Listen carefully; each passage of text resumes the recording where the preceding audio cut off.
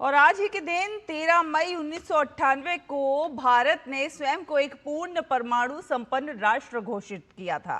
पोखरण 2 के इस ऐतिहासिक परीक्षण ने न सिर्फ देश की सुरक्षा की नींव को मजबूत किया, बल्कि भारत की तकनीकी और वैज्ञानिक क्षमता को भी विश्व स्तर पर प्रदर्शित किया। आपको दिखाते हैं भारत के इस ऐतिहासिक मिशन पर यह खास रिपोर्ट।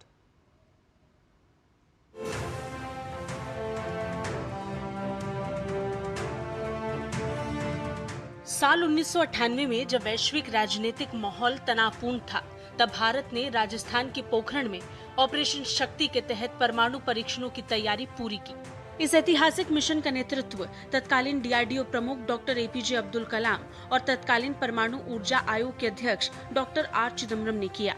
परीक्षण का उद्देश्य साफ था, भारत को न्यूनतम प्रतिरोधक क्षमता के साथ एक पूर्ण परमाणु हथियार संपन्न राष्ट्र के रूप में स्थापित करना।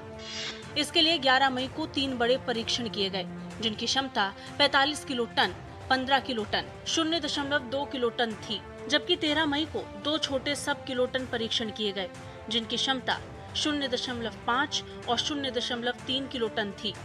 भारत ने इन परीक्षणों को बेहद गोपनीय तरीके से किया, ताकि विदेशी निगरानी और उपग्रहों की दृष्टि से बचा जा सके। पोखरण 2 की सफलता ने भारत को विश्व स्तर पर एक नई पहचान दी। भारत को पूर्ण परमाणु संपन्न राष्ट्र की पहचान मिली। हालांकि सफलता के बाद भारत की इस उपलब्धि ने पश्चिमी देशों को हैरानी में डाल दिया।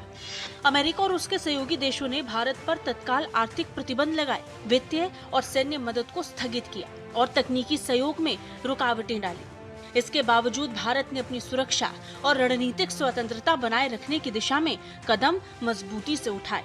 लेकिन भारत ने इस आलोचना का जवाब भी स्पष्ट और दृढ़ता से दिया। प्रधानमंत्री अटल बिहारी वाजपेयी ने कहा कि भारत का कदम पूरी तरह से राष्ट्रीय सुरक्षा और संप्रभुता के दृष्टिकोण से आवश्यक था। भारत ने अपनी नीति को न्यूनतम प्रतिरोधक क्षमता पर आधारित बताया और स्पष्ट किया कि ये केवल रक्षात्मक उद्देश्य के लिए है। इन परीक्षणों के परिणाम स्वरूप भारत ने न केवल अपनी रक्षा क्षमता को मजबूत किया, बल्कि ये संदेश भी दिया कि देश अपनी सुरक्षा और संप्रभुता के प्रति पूर्णतः सक्षम है। हिंदुस्तान जो है आज की डेट में उन सारे देशों में शामिल है जिनके पास न्यूक्लियर वेपन है, और साथ में हिंदुस्तान की जिम्मेदारी भी बढ़ी है इस रीजन में लेके, इस रीजन में स्टेबिलिटी लाने की वजह से। लेकिन साथ में ये डेटरेंट का काम करता है पाकिस्तान और चाइना की।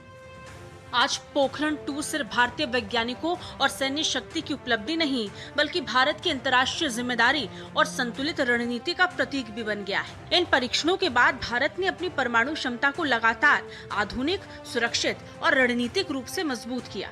इसके साथ ही भारत ने परमाणु सुरक्षा और कमांड कंट्रोल सिस्टम को भी अत्यधिक सुदृढ़ किया है, जिससे ये सुनिश्चित हो सके कि ये क्षमता पूरी तरह जिम्मेदार और नियंत्रित ढांचे के भीतर रहे।